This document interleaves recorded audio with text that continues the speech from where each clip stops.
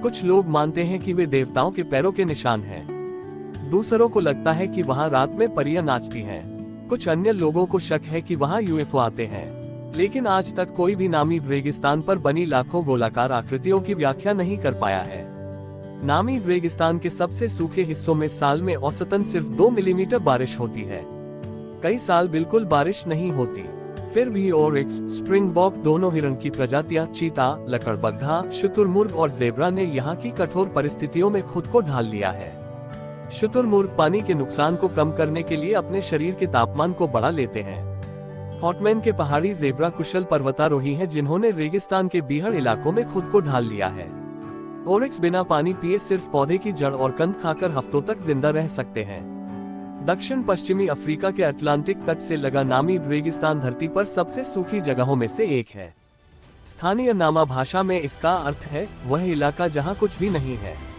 5 करोड़ 50 लाख साल पुराने नामीब रेगिस्तान को दुनिया का सबसे पुराना रेगिस्तान माना जाता है।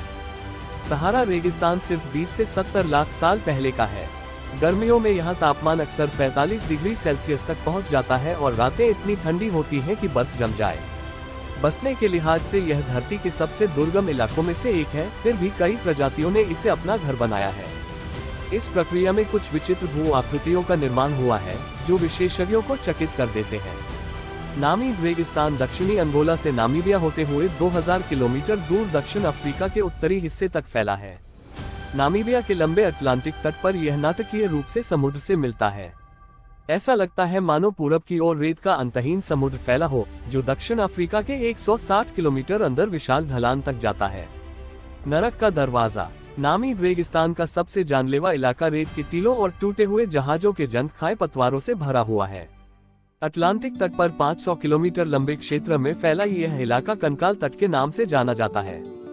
दक्षिणी अंगोला से मध्य नामीबिया तक फैला यह इलाका वेल के अनगिनत कंकालों और लगभग 1000 जहाजों के मलबे से पटा हुआ है जो पिछली कई सदियों में यहाँ जमा हुए हैं।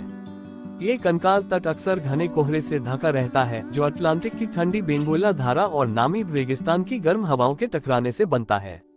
समुद्री जहाजों के लिए इस कोहरे से पार पाना कठिन होता है। स्थानीय सैन लोगों का कहना है कि ईश्वर ने इस क्षेत्र को गुस्से में बनाया है। 1486 ईस्वी में अफ्रीका के पश्चिमी तट के किनारे किनारे चलते हुए पुर्तगाल के मशहूर नाविक डियागो काओ कुछ समय के लिए कंकाल तट पर रुके थे। काओ और उनके लोगों ने वहां क्रॉस की स्थापना की, लेकिन कठिन परिस्थितियों में वे ज्यादा समय तक टिक नहीं पाए। जाते जाते उन्होंने इस जगह को नरक का दरवाजा नाम दे दिया। रेत के शानदार टीले सैलानी सोसुसवेले के इर्द गिर्द रेत के गेरुआ टीलों को देखने नामीब आते हैं। नमक और कीचड़ का ये पैन 50,000 वर्ग किलोमीटर में फैले अफ्रीका के तीसरे सबसे बड़े राष्ट्रीय उद्यान के केंद्र में है। रेत के टीले तो नामीब में हर जगह हैं, लेकिन सोसुसवेले के आसपास उनका रंग गहरे नारंगी रंग का है। ये रंग असल में जंग का है। यहाँ की रेत में लोहे की सांद्रता काफी अधिक है जिसका ऑक्सीकरण होता रहता है। यहाँ के रेत के कुछ टीले दुनिया में सबसे ऊंचे हैं। कुछ टीलों की ऊंचाई 200 मीटर तक है। सोसुसवेले के उत्तर में एक टीला तो करीब 400 मीटर ऊंचा है। नामीब की हैरान कर देने वाली कई पहेलियों में सबसे बड़ी पहेली एक भू आकृति है जिसे परियों का घेरा कहा जाता है। एक खास प्रजाति के घास से घिरे गोल गोल घेरों में कोई पौधा नहीं होता। पूरे नामीब रेगिस्तान में ऐसे लाखों घेरे हैं जो कई दशकों से विशेषज्ञों को चकित किए हुए हैं। रेगिस्तान पर गोल गोल धब्बे, इन घेरों को आसमान से देखना सबसे अच्छा है। नामीब के अंतहीन रेगिस्तान में हर जगह ये घेरे दिखते हैं जो कई बार चेचक के धब्बों की तरह लगते हैं। ये घेरे बजरी के मैदानों में भी मिलते हैं और रेत के टीलों पर भी।